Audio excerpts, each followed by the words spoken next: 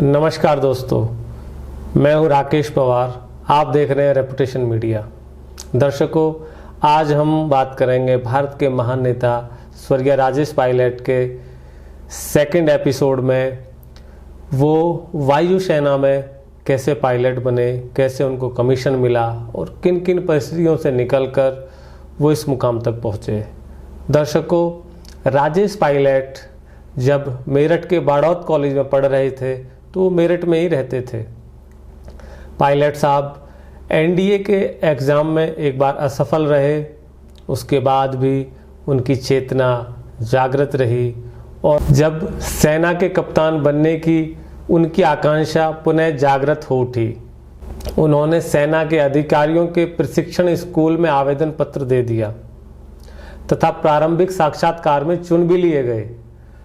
अंतिम चुनाव 19 services selection board Allahabad में होना था, जो उनकी आर्थिक अवस्था की दृष्टि से उनकी पहुंच से बहुत दूर प्रतीत होता था। उनकी पहुंच और भी कठिन दिखाई पड़ी जब उन्हें पता लगा कि उन्हें साक्षात्कार के लिए एक मच्छरदानी, पीटी के जूते तथा छोटा मोटा अन्य सामान भी खरीदना होगा।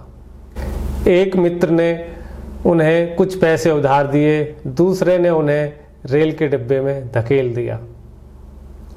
इलाहाबाद में उनके सिवाय सभी उम्मीदवारों के साथ शाही सलूक किया गया। अर्दली जिसने उनका सामान उतारा तो वो सामान को देखकर जोर से हंस पड़ा। सामान की ओर संकेत करते हुए उसने कहा, बस इतना ही? क्या तुम सचमुच में इंटरव्यू के लिए आए हो? उन्होंने हाँ में सिर हिला दिया। तो एक अन्य उम्मीदवार सिद्दीकी ने उन्हें बेड शीट और तकिया दिया था। अगले दिन भी राजेश पायलट के साथ शर्मनाक सलूक किया गया। अर्दलियों ने सभी के बूट पॉलिश किए, उनके नहीं। चाय भी उन्हें छोड़कर सभी उम्मीदवारों को दी गई, किंतु उससे उन्हें कुछ खास फर्क नहीं पड़ा।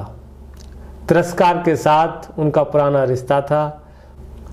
उस दिन और उसके अगले दिन जो टेस्ट लिए गए, उन्होंने साबित कर दिया था कि मनुष्य का आंतरिक तेज बाहरी साधनों से कहीं अधिक महत्वपूर्ण है।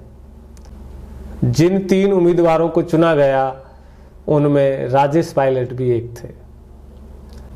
साहिब, हमने तो आपको देखते ही समझ लिया था कि आप कप्तान बनने के सर्वथा सुयोग्य हैं।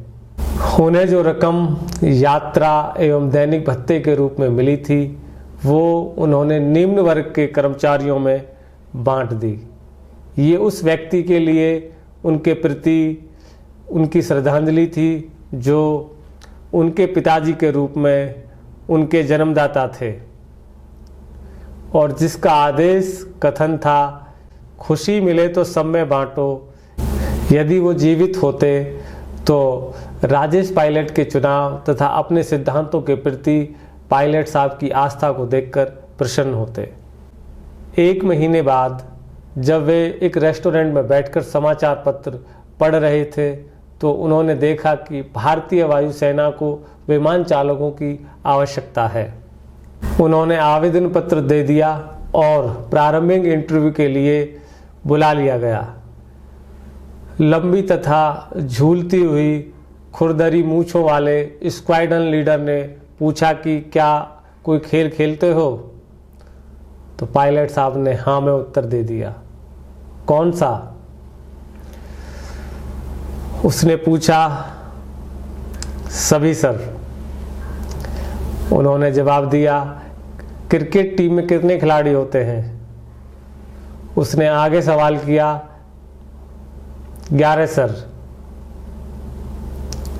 पायलट साहब ने संक्षिप्त में उत्तर दिया था और वॉलीबॉल में कुछ हिचकिचाए उसने अंगूठे तथा तर्जनी से मूंछों को मरोड़ते हुए प्रश्न को दोहराया। पायलट साहब ने कहा कि मुझे खेद है सर, मैंने कभी कोई खेल नहीं खेला। नहीं, तुम अभी तो मेरे साथ खेल ही तो खेल रहे थे। सर, मुझे अफसोस है, मुझे सेना में भर्ती होने का बहुत ही चाव है और सभी ने कहा था कि जो खेलों में अच्छे नहीं होते वे वायुसेना में भर्ती नहीं हो सकते। सर, मुझे अपने आचरण पर सचमुच में ही बड़ा खेद है। मैं जब बाहर निकला तो स्क्वाड्रन लीडर तब भी मूंछ मरोड़ रहे थे। इस अवसर को खो देने के लिए उन्हें अपने आप से घृणा होने लगी, किंतु आखिर सत्य की विजय हुई। अधिकारी को उनका स्पष्ट रवैया अच्छा लगा था। उन्हें देहरादून में वायुसेना चुनाव बोर्ड के साथ अंतिम इंटरव्यू के लिए निमंत्रण मिला। मित्रों ने सलाह दी कि वे चंडीगढ़ में एक एकेडमी में उड़ान के लिए उपयुक्त टेस्ट के लिए कुछ अभ्यास कर लें, क्योंकि चंडीगढ़ जाने का खर्चा उनकी पहुंच से बाहर था। अतः वे सीधे देहरादून चले गए। लगभग 300 उम्मीदवार देहरादून बुलाए गए थे, किंतु केवल 19 चुने गए। उनमें एक राजेश्वर प्रसाद भी थे। दर्शकों, राजेश पायलट का नाम पहले राजेश्वर प्रसाद ही था। उनका बाद में नाम राजेश्वर प्रसाद से राजेश पायलट पड़ा। उस कहानी को भी हम आगे के एपिसोड्स में आपको बताएंगे। दर्शकों, उन 19 लोगों में राजेश पायलट भी थे। राजेश पायलट के पिता जो सेना में अवकाश प्राप्त हवलदार थे, जिनका नाम था जयदयाल सिंह, उनका सपना साकार होने जा रहा था, किंतु इस चुनाव के बाद भी थोड़ी देर के लिए निश्चय न कर सका, क्योंकि थल सेना तथा वायुसेना में से किसी को चुने।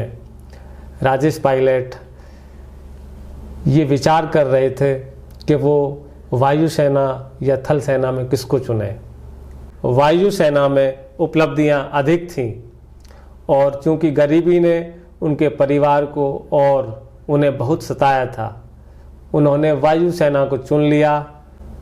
कोयंबटूर में वायुसेना प्रशिक्षण एकेडमी में प्रशिक्षण के दौरान गरीबी ने तो उनका पीछा छोड़ दिया था, किंतु अंग्रेजी भाषा में कमजोरी के कारण उनके साथी कैडेट उनका उपहास करने लगे, किंतु उन्होंने इसकी परवाह नहीं की। कितनी अनोखी बात है कि यदि गरीबी से मुक्ति मिल जाए तो कुछ भी हंसते हंसते सहन किया जा सकता है, यहाँ तक कि उपहास भी। प्रशिक्षण के पूरे होने के बाद उन्हें पटियाला स्थानांतरित कर दिया गया, जहां उन्होंने कैप्टन रेल्फ से उड़ान सीखी। वो स्वर्गीय संजय गांधी के प्रशिक्षक थे। यहाँ से उन्हें बमरौली इलाहाबाद में पायलट प्रशिक्षण के लिए एस्टेब्लिशमेंट में भेज दिया गया। उन्हें कठिन परिश्रम का फल मिलने लगा। उन्हें अब भी रात को देर तक पढ़ने की आदत थी। वे सभी ग्राउंड विषयों में पहले नंबर पर आए। Squadron leader D Sen Gupta के अधीन ST-2 में अकेले उड़ान भरने वाले अपने बैच में सबसे पहले राजेश पायलट ही थे।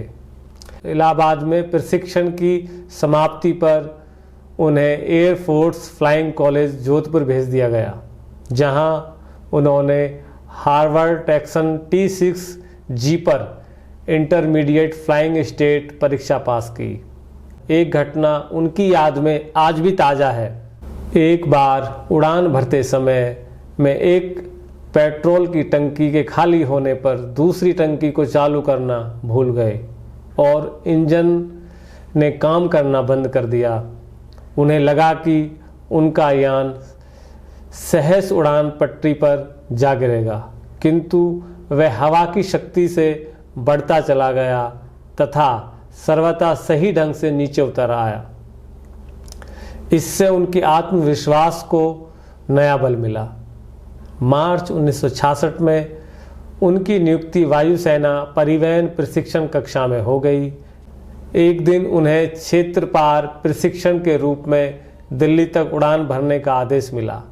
चूंकि ये उड़ान बाद में रद्द कर दी गई, अतः वे कक्षा रूम में जाने की बजाय मेस में सामान रखने चले गए। जब अतिरिक्त मुख्य ग्राउंड प्रशिक्षक ने मेस में जाने का कारण पूछा तो उन्होंने उत्तर दिया कि अपना सामान रखने आया हूँ।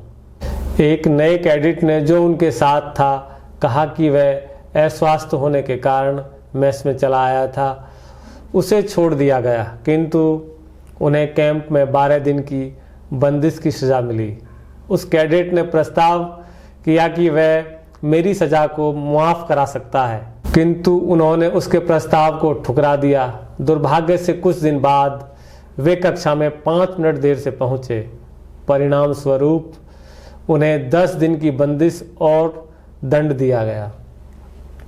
लानत है ऐसी दुनिया पर जहाँ क्या कुछ नहीं होता। यहाँ सांच को आँच भी है और झूठ के पाँव भी होते हैं। 29 अक्टूबर 1966 को वायुसेना के अध्यक्ष अर्जुन सिंह ने उन्हें कमीशन प्रदान किया था। वे एक ऐसे विशिष्ट परिवार का सदस्य बन गए, युद्ध तथा शांति में राष्ट्र के सम्मान की सेवा करते हैं। उनकी तीव्र इच्छा थी कि वे अपने कुटुंब के सदस्य उनके पिता के स्वप्न को साकार होते देखें, किंतु उनमें रेल का भाड़ा खर्च करने की सामर्थ्य नहीं थी। राजेश पायलट के छोटे भाई ज्ञान विशेष रूप से निराश हुए। उसके पास इस अवसर के लिए उपयुक्त वस्त्र भी नहीं थे। जब बेगम पेंट में उन्हें पायलट का बैच मिला तो केवल प्रीतम सिंह वहां उपस्थित थे। वे शायद पहले गुजर थे जिसे वह सम्मान प्राप्त हुआ था। राजेश्वर प्रसाद अधिकारी बन गए थे। एक दूध बेचने वाला लड़का सम्मानित व्यक्तियों में गिने जाने लगा था। दर्शकों, 1966 में राजेश पायलट को कमीशन मिला। शायद वो पहले गुजर थे जो एयरफोर्स के अंदर पायलट बने। दर्शकों, विषय ये है कि संसाधन आपके पास हो या ना हो, आप कितने ही किसी भी चीज़ के अभाव में हो, संकल्प शक्ति बड़ी होती है। जो लोग अपने जीवन में किसी भी कार्य करने के लिए संकल्प ले लेते हैं तो दुनिया में ऐसी कोई चीज़ नहीं है जिसे आप नहीं कर सकते। तो दर्शकों, आज हमने आपको बताया कि राजेश पायलट को किन किन परिस्थितियों से गुजरकर एयरफोर्स के अंदर कमीशन मिला और वो पायलट बने।